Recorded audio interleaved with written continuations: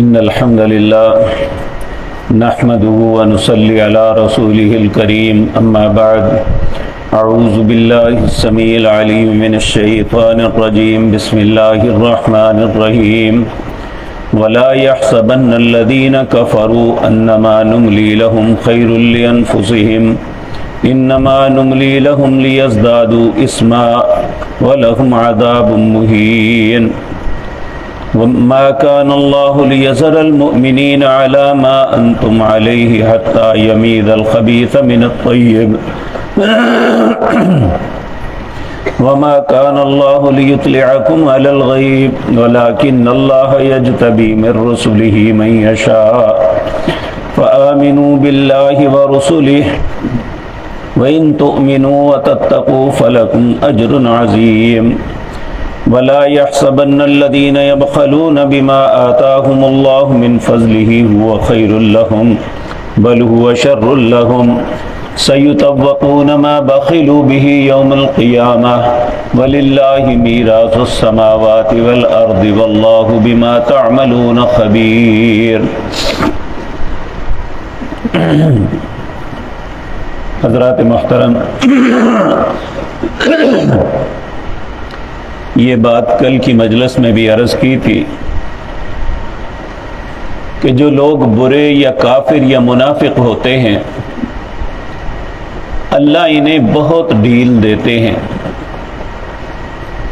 ان کی زندگیاں بڑی ہوتی ہیں، مال و دولت بڑا ہوتا ہے، اولاد جاہ و حشمت بہت ہوتی ہے، اور دیکھنے والا انسان پریشان ہو جاتا ہے کہ اتنا ظلم کرتا ہے، اتنا دھوکے باز ہے، اتنا مکار اور چلاک ہے، پھر یہ کیوں نہیں اللہ اسے پکڑتا؟ قرآن کریم کے اندر اللہ نے اس بات کا جواب کئی دفعہ دیا ہے. ان میں ایک یہ آیت جو ہر اہل ایمان کو سمجھ لینی چاہیے، اگر کسی بدبخت، بد نصیب یا غلط آدمی کو اللہ مہلت دیتا ہے تو اس کا سبب کیا ہوتا ہے؟ اللہ رب العزت فرماتے ہیں وَلَا يَحْسَبَنَّ الَّذِينَ كَفَرُوا، نہ گمان کریں وہ لوگ جو کفر کر رہے ہیں کہ انما نملی لہم خیر لانفسہم، ہم جو انہیں مہلت دے رہے ہیں ان کے حق میں بہتر ہے. یہ کبھی بھی نہ سوچیں، بلکہ کیا ہے؟ انما نملی لہم لیزدادوا اثما، یہ مہلت تو ہم اس لیے دے رہے ہیں کہ ان کے گناہ زیادہ سے زیادہ بڑھ جائیں. اور یاد رکھیں جتنا زیادہ گناہگار ہوگا اتنا ہی اسے بدنہ سخت ملے گا، العیاذ باللہ. اور اسی لیے رسول اللہ صلی اللہ علیہ وسلم توبہ کی بڑی تلقین فرمایا کرتے تھے. آپ خود بھی ایک مجلس میں آپ نے ایک حدیث میں فرمایا میں 70 مرتبہ اللہ سے استغفار کرتا ہوں، یعنی اللہ سے معافی طلب کرتا ہوں. ایک حدیث میں آتا ہے میں 100 مرتبہ کرتا ہوں. اور انسان کو یہ بات چاہیے کہ مجلس کوئی بھی ہو، اس کی کاروباری ہے یا دوستوں کی یا کسی بھی معاملے کی، جب مجلس سے اٹھے تو اسے چاہیے کہ کفارہ مجلس کی دعا پڑھے، سبحانک اللہم وبحمدک اشہد ان لا الہ الا انت استغفرک واتوب الیک. تو اس مجلس کے اندر جو غلطیاں انسان سے ہوتی ہیں اللہ اس سے درگزر فرما دیتے ہیں. بالفرض اگر کوئی انسان اپنی مجلس اللہ کے ذکر کے بغیر ختم کر کے چلا جاتا ہے تو اس کی کیفیت، بے شک اس نے کوئی غلط کام نہیں کیا، اس میں کوئی حرام نہیں کیا، کچھ نہیں، لیکن ایک بے حاصل مجلس تھی. جب وہ اٹھا تو نبی کریم نے فرمایا اس طرح ہے جس طرح وہ مردار گدھے کی لاش سے اٹھ کے گیا ہے.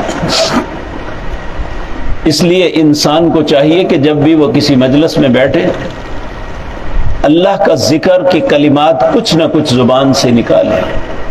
سبحان اللہ، الحمدللہ، لا الہ الا اللہ، اللہ اکبر، اور ایک بہترین کلمہ ہے، نبی کریم نے فرمایا یہ اللہ نے اپنے عرش کے خزانوں میں سے ایک خزانہ مجھے دیا ہے، وہ کیا ہے؟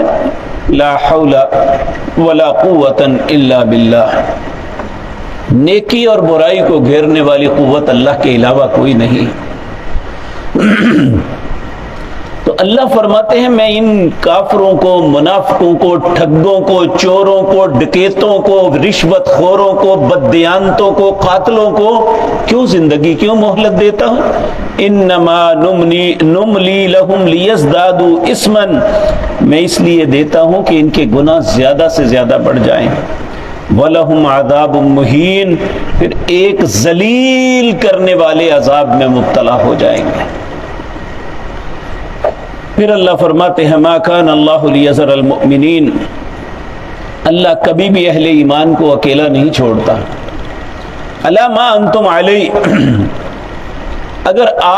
اگر اس مقام پہ آ جائے نا، یعنی احد کے مقام پہ ایک بہت بڑے ہزیمت اور بہت بڑے غم اور تکلیف میں مبتلا ہے، یہ میں نے اس لیے کیا ہے حتی یمیز الخبیث من الطیب، تاکہ پاک اور پلید الگ الگ ہو جائے۔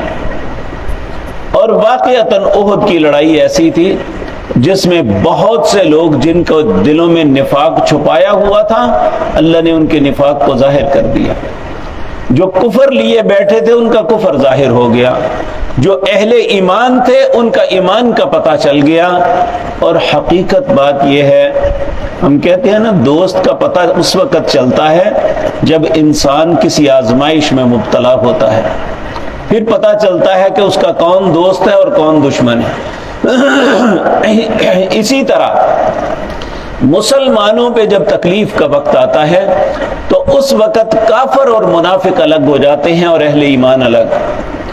آگے جا کے ہم سورت انفال کے اندر بھی یہی بات پڑھیں گے، لیمیز اللہ الخبیث من الطیب، میں مارکہ حق باطل اس لیے برپا کرتا ہوں تاکہ ایک چھاننی لگا کے پاک اور پلید کو الگ الگ کر دوں۔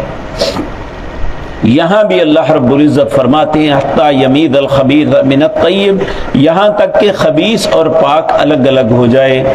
وما کان اللہ لیطلعکم علی الغیب، اور اللہ ایسا نہیں ہے کہ آپ کو غیب کی اطلاع دے دے، یعنی آپ کو پتہ نہیں، غیب نہیں ہے کہ پتہ چل جائے کہ فلاں منافق ہے یا فلاں مسلمان ہے۔ یہ اسی طرح اللہ آزمائشوں میں مبتلا کر کے انہیں الگ الگ کرتا ہے۔ وَلَكِنَّ اللَّهَ يَجْتَبِي مِن رُّسُلِهِ مَن يَشَاءُ، لیکن اللہ چنتا ہے اپنے رسولوں میں سے جس کو چاہتا ہے۔ یعنی اگر اللہ کی طرف سے کوئی بات بتائی جائے تو انہیں پتہ ہوتا ہے، اپنے پاس سے دنیا وما فیہا کی باتوں کو نہیں جانتے۔ فَآمِنُوا بِاللَّهِ وَرَسُولِهِ، اور ہمیں حکم یہ ہے اس وقت صحابہ کرام کو بھی کہ جو اللہ اور اس کے رسول کہتے ہیں بس اس پہ ایمان رکھو۔ اہل ایمان کا شیوا یہی ہونا چاہیے کہ انہیں بات سمجھ آئے یا نہ آئے، اگر اللہ یا اس کے رسول کوئی بات کہہ دیتے ہیں تو وہی ہمارے حق میں بہتر ہے۔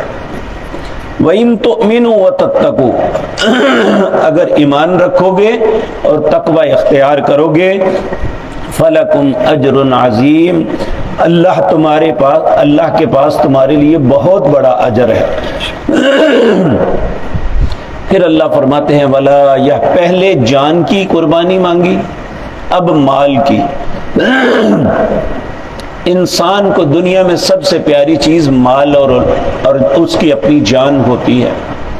ایماندار جو ہے جب اللہ یا اس کا رسول یہ دونوں چیزوں میں سے کوئی مانگے تو فوراً دے دیتا ہے، لیکن جس کے دل میں نفاق ہوتا ہے وہ متردد ہوتا ہے کہ میں کیوں اپنا نقصان کروں، میں کیوں اپنی جان ختم کروں، میں کیوں اپنا مال دوں۔ تو اللہ رب العزت فرماتے ہیں وَلَا يَحْسَبَنَّ الَّذِينَ يَبْخَلُونَ بِمَا آتَاهُمُ اللَّهُ مِنْ فَضْلِهِ، کوئی شخص یہ گمان نہ کرے جو بخیلی کرتے ہیں، جو اللہ نے ان کو عطا کیا ہے اپنے فضل سے، وہ بخیلی کرنا ان کے حق میں بہتر ہے، نہیں، بل هُوَ شَرٌّ لَهُمْ، یہ ان کے لیے بہت ہی برا ہے۔ برا کیوں ہے؟ نبی کریم صلی اللہ علیہ وسلم نے فرمایا جس کو اللہ نے مال دیا ہے اس پہ فرض ہے کہ وہ اپنے مال کی زکوٰۃ ادا کرے۔ جسے اللہ نے استطاعت دی ہے اسے چاہیے کہ وہ حج یا عمرہ کرے، اگر وہ نہیں کرتا تو قیامت کے دن یہی مال جسے وہ سنبھال کے رکھتا ہے ایک گنجا سانپ بن کے اس کے گلے میں توق بنا کے ڈال دیا جائے گا، اور وہ اس کے جبڑے کو پکڑ کے چیرے گا اور کہے گا انا کنزکا انا مالکا، میں تیرا وہ خزانہ اور تیرا مال ہوں جو اللہ کے رستے میں تو نے خرچ نہیں کیا، یا جو تم پہ فریضہ حج تھا تم نے ادا نہیں کیا۔ تو اللہ رب العزت فرماتے ہیں کہ بل هو شر لهم، یہ ان کے حق میں بہت برا ہے، سیطوقون ما بخلوا به یوم القیامہ، انسان جو بخیلی کرتا ہے قیامت کے دن اس کا یہی مال توق بنا کے اس کے گلے میں ڈال دیا جائے گا۔ یاد رکھیں یہ مال ہمارا نہیں ہے، اللہ جب چاہے واپس لے سکتا ہے۔ ہم دیکھتے ہیں دنیا میں ایک بندہ رات کو کروڑ نہیں ارب پتی ہوتا ہے، اس کی فیکٹری سب کچھ ہوتا ہے، رات کو آگ لگتی ہے، صبح وہ چند ٹکوں کا مالک بھی نہیں رہ جاتا۔ اس لیے اللہ فرماتے ہیں وَلِلَّهِ مِيرَاثُ السَّمَاوَاتِ وَالْأَرْضِ، زمین و آسمان میں جتنی میراث ہے اس کا مالک اللہ ہے، اللہ ہی کی ملکیت کبھی ختم نہیں ہوتی۔ دنیا میں تو معاملہ یہ ہے آج یا تو دولت ختم ہو جاتی ہے یا انسان خود ختم ہو جاتا ہے، دوسرے اس کے مالک بن جاتے ہیں۔ اس لیے انسان کو چاہیے جو اللہ نے اسے مال دیا ہے اس میں سے اللہ کے حق کو نہ بلائے۔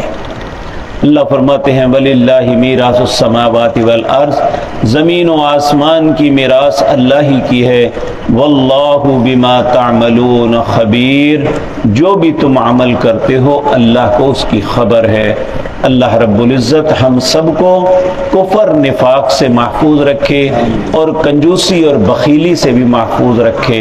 اللہ مالک ہمیں اگر اپنی رحمت سے کچھ عطا کیا ہے تو اللہ کے حق ادا کرنے کی توفیق بخشے۔ اقول قولی ھذا واستغفر اللہ لی ولکم۔